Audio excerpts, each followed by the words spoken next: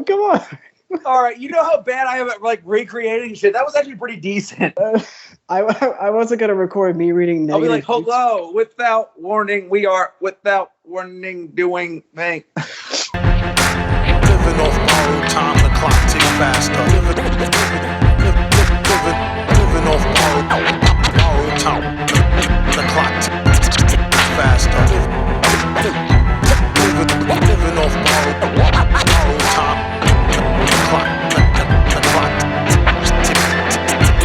faster.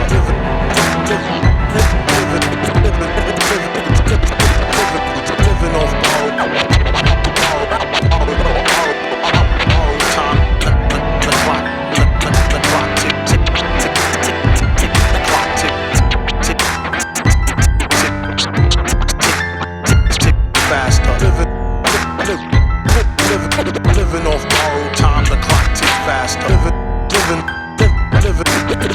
off borrowed time, the clock tick faster. Living off borrowed time, the clock ticks faster. Living off borrowed time, the clock ticks faster. Living off borrowed time, the clock ticks faster.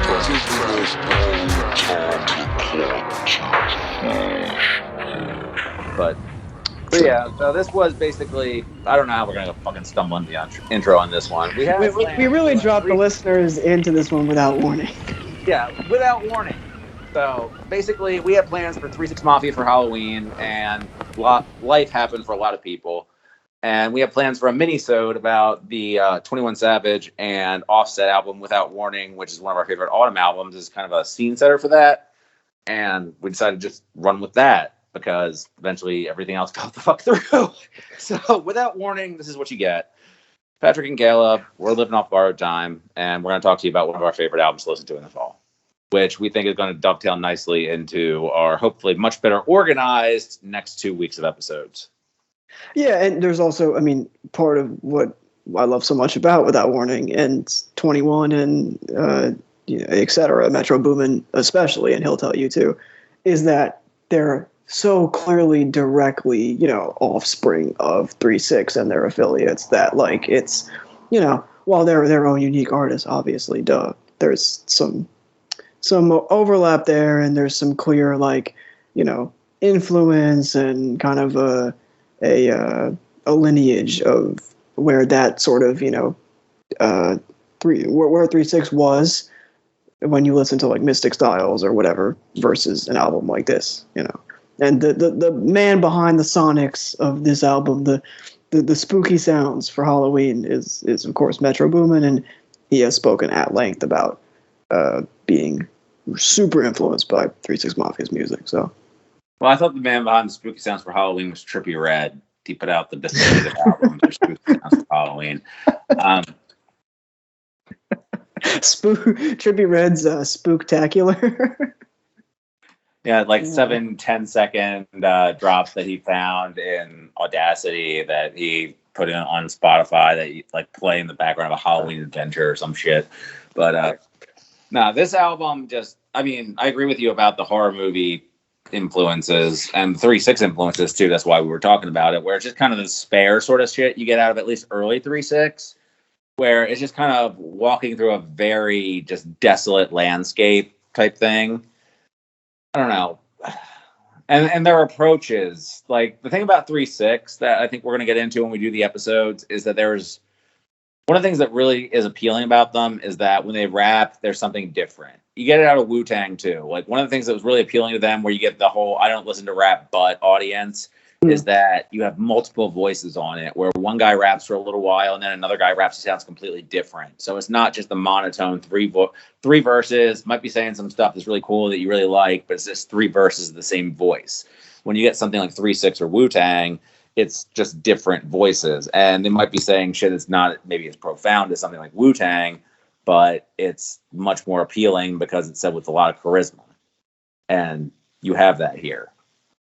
On Without like, you have something like in the same sort of way, because 21 Savage was somebody I didn't really rank until this album, actually. Yeah, that was actually the thing that I was going to segue on, is that you I mean, I don't want to sound like this guy, but like I like 21 Savage from the start. No, but you were. But you did, and I did. I did. Because honestly, this album was a turning point for me. And that's kind of where I was really clumsily going with that.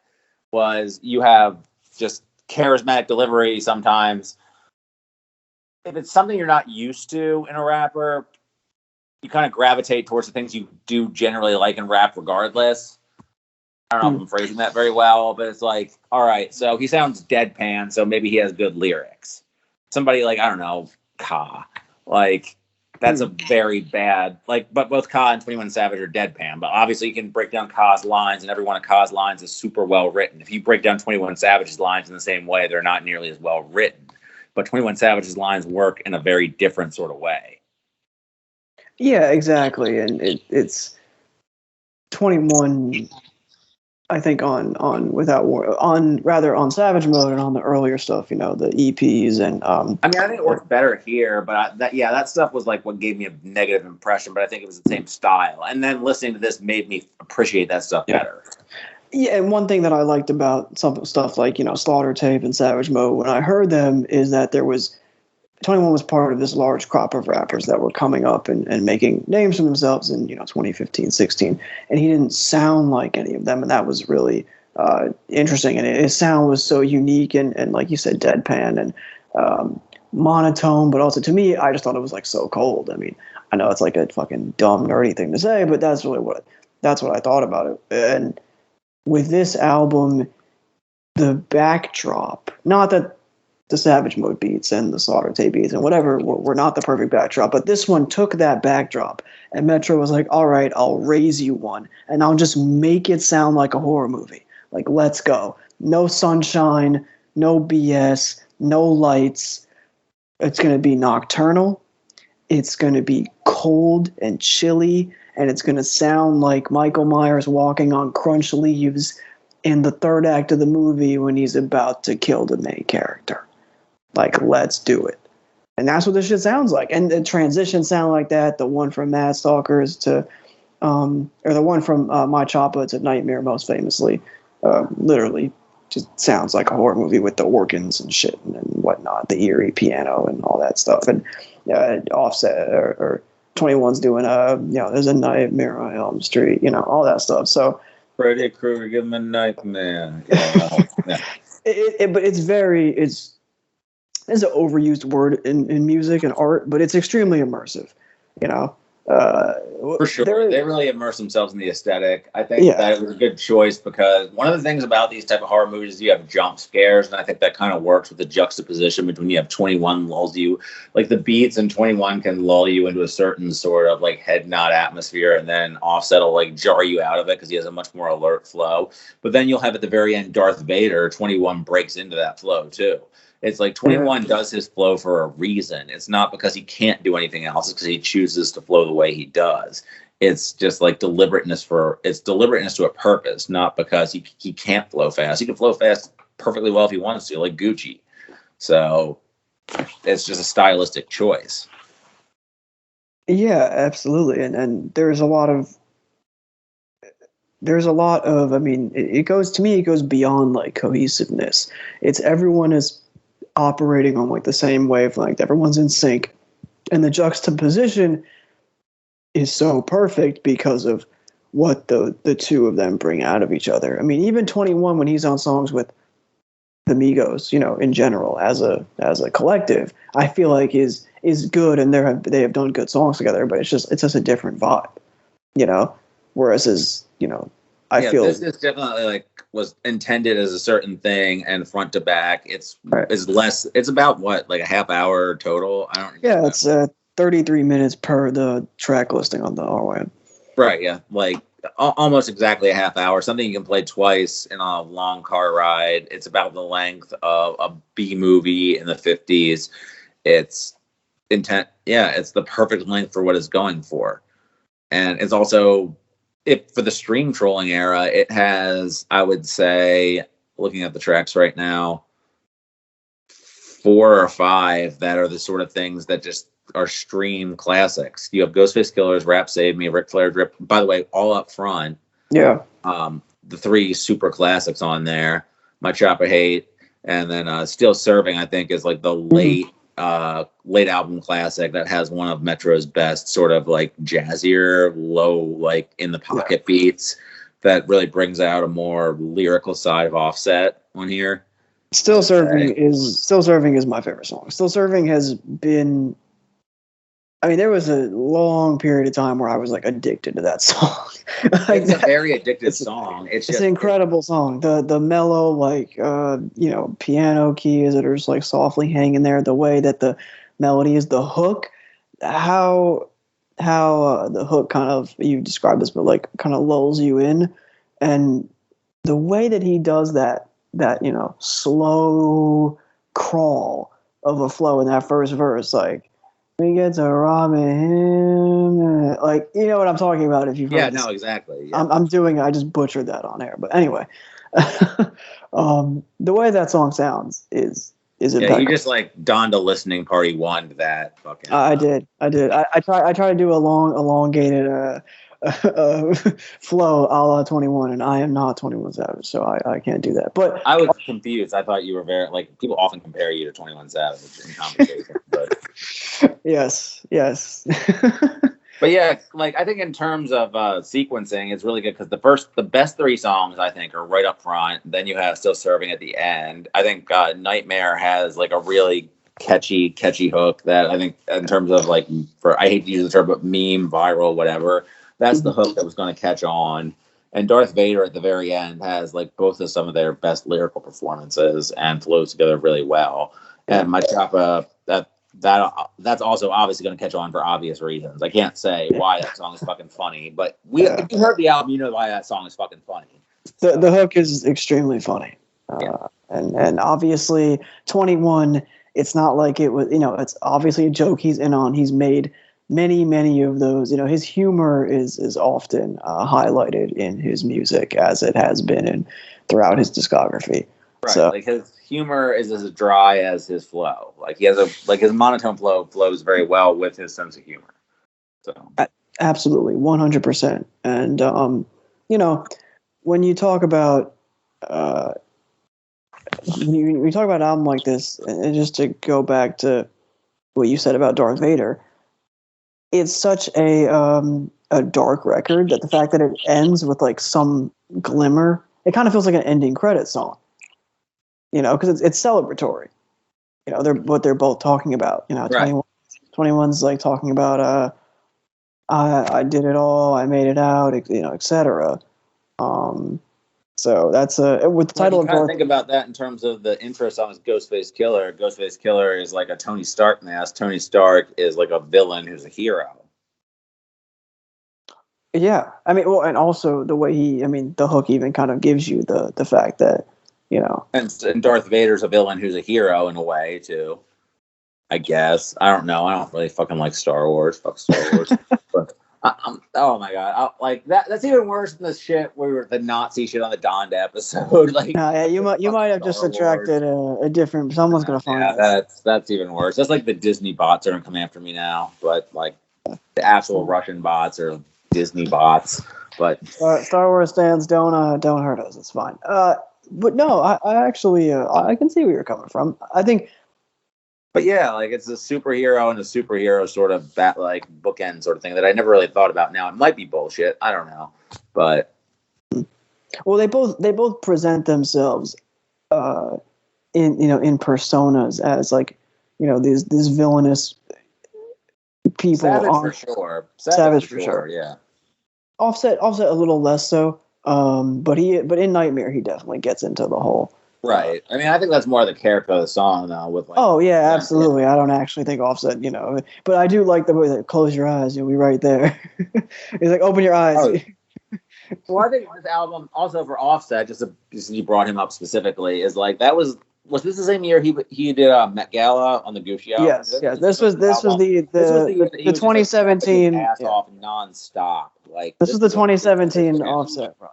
He had a number of insane features. He had like Quavo took like a fucking groundhog nap, and Offset just started to take like advantage of that and do like twice the rapping. Like they're a 3-person rap group. No one knows where Takeoff is ever, and Quavo took a nap, so Offset rapped for 3 people this whole year.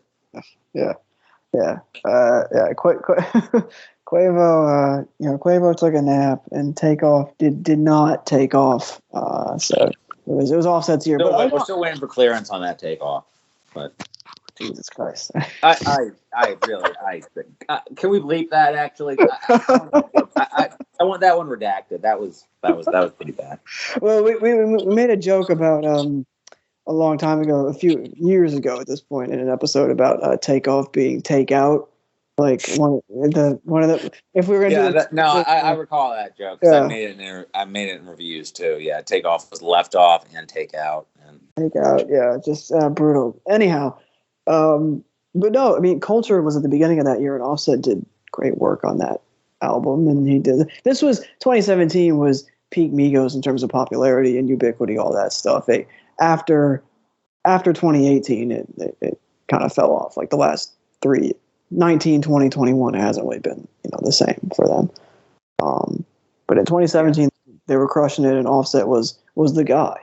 He really was. So it was definitely. And on this album, I think he's in absolute peak form every song. And I think just the way they're, like I said, juxtaposed together, 21's flow versus Offset's flow works really well. The Metro beats super cold the whole time through. I think the sequencing, I'm actually looking at the track sequencing, and I can't think when there's like a breather song, because I was like, the first 3 songs are like the legendary run, but it never falls off. And I think I still have this at an 8. It's at least a 9. It might be a 10. I don't know, just because it's that tightly put together. Yeah. And there's not like I used to think the 21 Hurricane Harvey, Hurricane Irma bit was like kind of lame, but it's actually hilarious. It's actually hilarious. So, it's very funny. It's really funny, just because because the way he said it the exact same way both times. Hurricane Harvey on my wrist. Hurricane Hurricane Irma on my wrist and flooded out. This is the same. But the point of the song, I mean, he's being disrespectful. That is the most disrespectful thing you could say. Right. Yeah. So he wasn't lying. That run is definitely one that the whole Mad Stalkers, disrespectful, Run Up the Rack, Still Serving run is like just the darkest part of the album, where it's like Mad Stalkers is an incredible fucking beat and an amazing hook, the way he does it, and also Offset's verse on that first verse on Mad Stalkers is crazy. The way like he kind of like contorts his flow in the middle part before the end. I don't know if you heard the song in a while, but I was re-listening for prior to the episode, and the way that he kind of it's like he's rapping on like the toes of his feet. Like I haven't heard that one in a minute, because I'm not gonna lie, I did listen mostly to the 21. That's the thing about this album, is I mainly gravitate towards the 21 heavy songs, but Offset will still like gain my respect. I'll still remember there's stuff I forget that I appreciate about Offset when I listen to it. I come to it remembering the 21 parts, and then I'll still come away like remembering, oh shit, Offset killed this too. That's how you know that this is just a really good collaborative album. And because in concept it feels more like 21 sound, right? So Offset fits it so well, and like you said, he raps like he's on the toes of his feet on that song, and it's like I think that's how Metro suits them, with the keys, with the way it's dark. It's dark and slow, but it's not so slow that Offset can't like step on something and suit it. Yeah, no, absolutely, and I feel that way. Like Still Serving is a perfect example where that's a slower song, and Offset's verse on that is like my favorite Offset verse that exists. Like that's the Met Gala verse is definitely up there. Are like my top 2 Offset verses. So. The Met Gala verse definitely up there too. I think the when you're talking about some of those like older, like the which I forget which tape I'm thinking of, one of the earlier Migos tapes where he had some great verses on. I want to say it was No Label 2, but that would probably be the one. But yeah, Still Serving is the song that, like I said, my favorite song. The way he just slides in, it's so smooth. You can barely like the transition. It takes you a little bit like, oh, 21 stopped rapping like on the hook. It's Offset's verse now, and then he just keeps going. and going. And then by the end of the verse, you're just like kind of almost out of breath, but wishing it would continue. So yeah, he has that way of being like exhausting, but also memorable. In the same way, where it's like, I would say a good comparison is, I don't know, let me bring up somebody we never ever talk about or shit on the show. Eminem is like really exhausting and not memorable. Like, you can listen to 5 minutes of Eminem fucking shouting at you and saying the whole goddamn dictionary at you, would not remember a single thing. But or you remember it for the wrong reasons. exactly, you remember like, God damn, that was annoying. It was like a cicada was trapped in my eardrum, and I kept swatting at it and swatting at it. It wouldn't fucking go away. But it was like it had like a whole fucking dictionary trapped at me, and it kept saying A through Z, and it kept figuring out ways to rhyme shit. But it wasn't like I remember anything it said. Whereas except orange and banana, and and that it was pissed offerson like that. I guess that was clever. Was it though? Yeah. I don't know, but yeah, but like you have something like Offset's flow is fast for a reason, I would say, whereas Eminem's is fast to impress you. And Offset also, going back to that song, he is never raising his voice. It's always very low key. I mean, not always in terms of Migos songs, but on this particular album, it's low key in terms of how he's setting the table, and it matches the nocturnal atmosphere and well, yeah, Eminem's voice is just like viscerally unpleasantly loud at all times. This is the second can cut through. Christian was here, by the way, because we always love to hear Christian go off on Eminem for like. Well, it can Eminem just as a presence in general, regardless of if you like him or not, he naturally cuts through everything because he's going to take the spotlight. Like there's no like that was the thing about so Christian would have disagreed with me on this. Too broke to care about the his spot on the Nas album. There was no way for him to be like a fourth equal part of that, where it was EPMD, Nas, and Eminem. It was an Eminem song featuring them. The second Eminem showed up. Yeah. How we always get to slandering Eminem on this podcast is just it always arrives back there. Or Logic or Wale, which somehow eventually we have some sort of tentpole we just like piss on at some point. But I mean, I was going to say J. Cole more than I mean, that's always a old favorite. I had some line about J. Fuck, I actually had a logical reason to get, no pun intended, to get back to J. Cole, but it was about because he ruined a lot. Yeah, fuck that for him. The 21 Savage song a lot. Yeah, amazing song. Amazing song. J. Cole just then cries, "Why isn't Tekashi? Why do people not like this?" You talk about things that haven't aged well. What? Like they just want to see him rock. I don't know why. He's cool. Why don't people like this guy? Oh my God! It just you talk about. I mean, aging particularly the worst. Now I heard the J. Cole verse on what album just came out is really bad. Not the Lana Del Rey album. I would like to hear a J. Cole verse on a Lana Del Rey album. Though. No, that would be. Which I'm trying to think. J. Cole just was on an album that and everybody said Thug's album. Yes. Not a good choice. Generally, when you're like, yes, J. Cole in 2021, have as many bars as you want. Yes, all of them. 16 ain't enough, J. Cole. 16 is like at least 12 too many. Oh gosh. 16. All right, so wrap it up though, I guess, in terms of to try and tie into our future episode. Although it seemed like you were about to go into something, so I'll let you go into whatever. I mean, we might as well touch on, since we might as well touch. I mean, you talk about the opening run. I mean, Ghostface Killers. I mean, what better way to start off the album? That song, like, is there any? Yeah, that right there is just. I mean, talking about turning points with artists, that was another one with me and Travis. I mean, as well documented on this podcast, it took me a long time to come around on Travis Scott, but the way he delivers that hook, just fucking remarkable. One of his best hooks for sure. Oh yeah, and then the little like, I mean, the verse, he that was one of the one of the Travis features that he really cared about. You know, because always 50-50 with Travis Scott features. Right. Yeah, like he'll mail it in long distance if he feels like it, or No if he question. doesn't feel like it. But this one he showed up. He showed up motivated. So good for. Yeah, that's a great verse. I fucking love that song. That beat I is think so. Travis and Metro together, like he was the best part of that Metro. Not all heroes wear capes. Actually, some of his best work on some producer album no one's gonna listen to. Like, right. So I think that's a good Metro point. have a lot of chemistry together.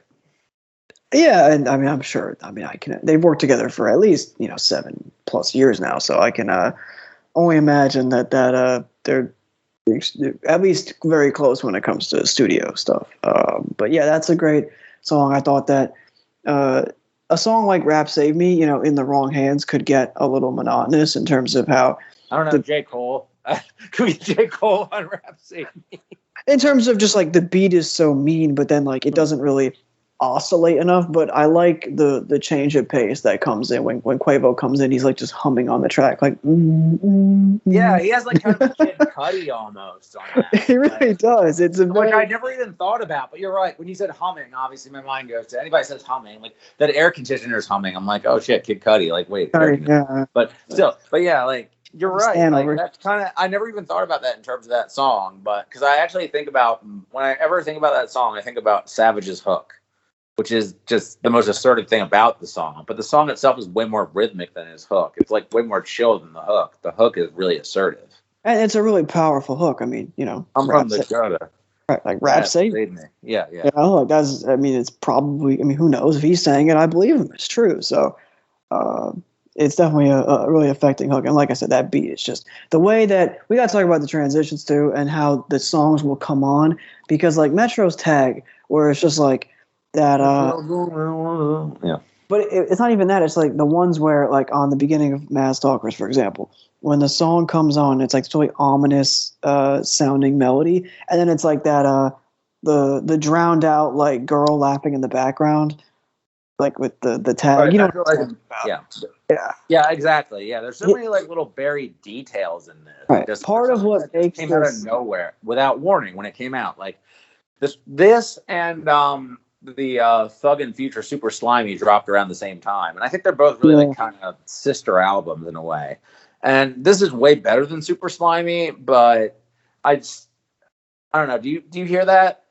Like, do you remember? I can hear. Yeah, I mean, they came out within a month of each other. Super Sonic came out first, if my memory serves. But I think that Super Slimy had songs that encapsulated the best of both artists, and other songs that were just kind of like fine songs. I mean, Super Slimy has Killed Before and Group Home, which are two of my favorites both. So.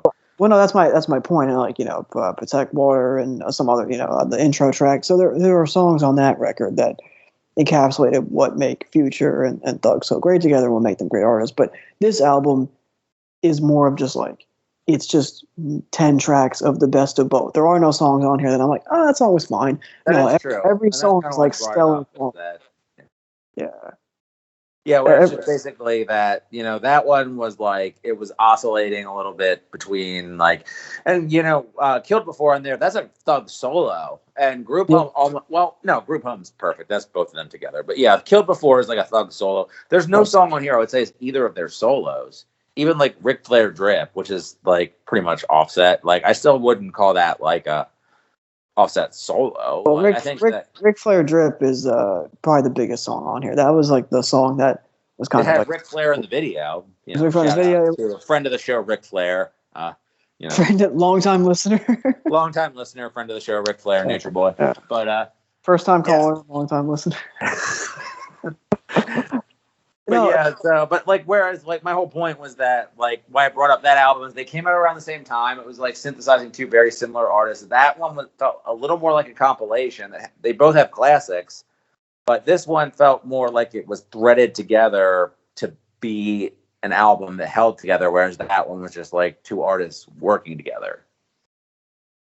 Yeah, absolutely. I definitely agree, and also with Ric Flair Drip, I mean, the beat sounds like the synths are like so icy and cold, and the way that the bass comes in. If you have good speakers, that is really, because it's not just like the bass, it's like the sub bass too. So it's, overused term, but that shit knocks. Like there's no other real critical breakdown I'm gonna give that song other than you can't really go into like a 20-minute dissertation as to why the low end on Ric Flair drip knocks. It just does. Because it just does. Because listen to it. You know what I mean? Like it's fucking, and also Offset on that. I mean, would wrap circles around, most of your favorite rappers. Most of your favorite rappers. Because the way he like I said, it's almost like he's. I talked about rapping on the toes of his feet earlier. This one, it sounds like he's rapping like he's doing like what is it like?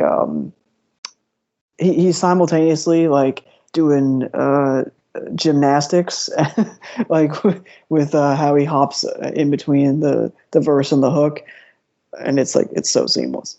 I mean, I guess that's the other thing about this is like, Migos were always seen as fun, and so it's not really hard for Offset to be seen as fun here. It was kind of another big thing I said that, Savage wasn't one of my favorites before I listened to this. He's really fun here, and he's really loose. Yeah. His dry sense of humor comes across, and it's kind of, I'm trying to think of an analog because like there was Future is another person that if, this is primarily an RYM listen to podcast because who the fuck else is going to listen to this? Please, no one else listen to this. Don't listen to my lame ass. But yeah, like, in the past, I had a problem with Future not connecting with me either. And eventually it was just like, yeah, this dude isn't as serious about a lot of the things he talks about. And that's why he's appealing. Right. And Savage is the same way. This was like a turning point with Savage. But I'm not going to say Dirty Sprite 2 for Future because Dirty Sprite 2 is really depressing. So That's true. That's true. I'm not going to argue that. Like Dirty Sprite 2 artistically, for sure, a turning point. And it took me a second because I originally had that as a 7, at which point I want to go back and beat the shit out of myself because there's no way that album's a 7. But anyway. No, it's Future and 21, I think, are, while I'm sure are grouped together by many, and same with Future and Migos, and all these guys that have been relevant for years at this point. They're all operating something different. My original point though was the 3-6 because I wanted to just kind of try to tie this back together because we don't really do this often because our episodes are like 3.5 hours long, but we're trying to do like a mini-sode thing where we talk about one thing, and I think we did a fairly good job, and we're trying to tie this into, we're going to talk about 3-6 Mafia in the next couple of weeks, and these are two artists who are very indebted to 3-6 Mafia in their own ways. And this album specifically, I think, has a lot to owe to 3-6. So what specifically do we think comes back to 3-6? I hear a lot of like Mystic Styles, early Spring Mix type 3-6, DJ Paul in here. No question. I mean, most Metro interviews that they ask him about inspiration, he will mention 3-6 Mafia in some way. It's pretty obvious when you listen to an album like this, even if you listen to something like Drop Top WAP, I think also has the same sort of characteristics. But the way that I talked about the sound in the onset of the episode, but how dark it is, how it sounds like, it just sounds like autumn. And it's a very difficult thing to describe, but that's how it sounds like. And when you listen to a song like Darth Vader, as an example, I'm reminded of some 3-6 songs that they're talking about dark stuff, but there's a celebratory mood about it as well. Something off Mystic Styles like The Summer, obviously, I mean, the most famous song on that album, where Lord Infamous is talking about, hey, I'm going to go meet up with my friends, but first I'm going to sacrifice some, people to the devil. But anyway, moving on. I'm going to see my friends. Yeah, good. Chill with his friends.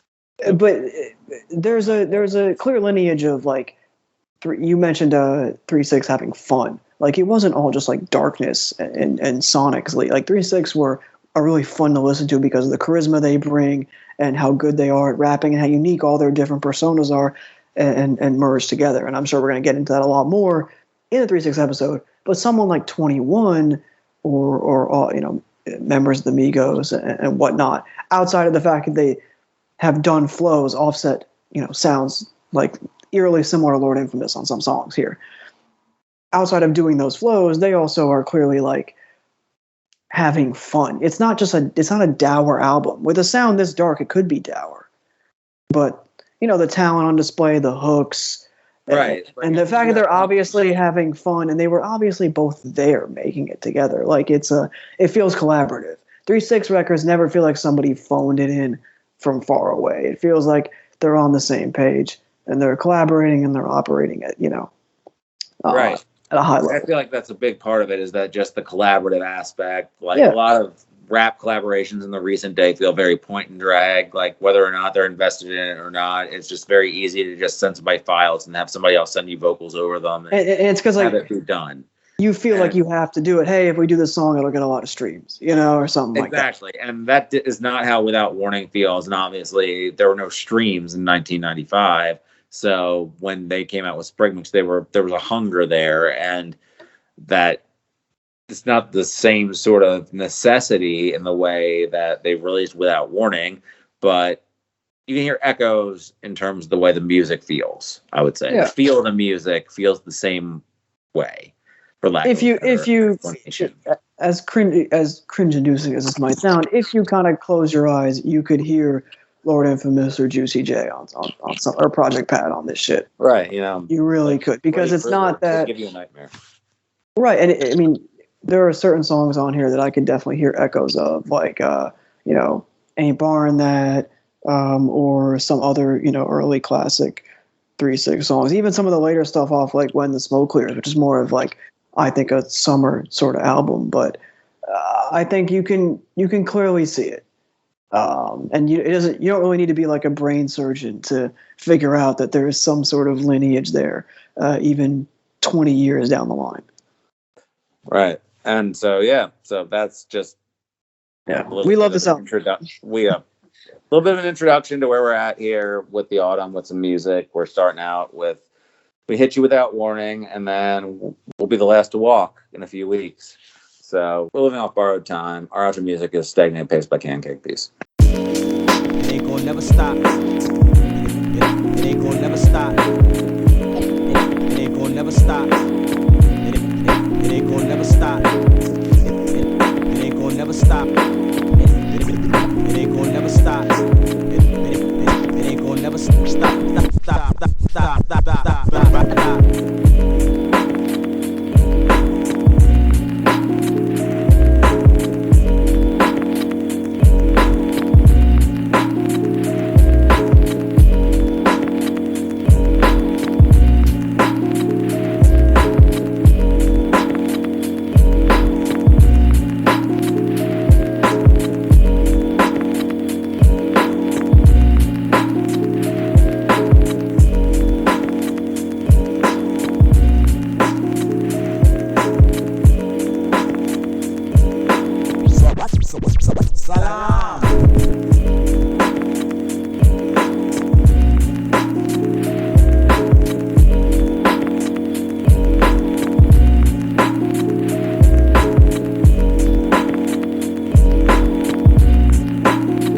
Time will tell. Time is yet to be conquered by man. But when the time is right, perhaps the greatest revelation of all time will dawn upon us.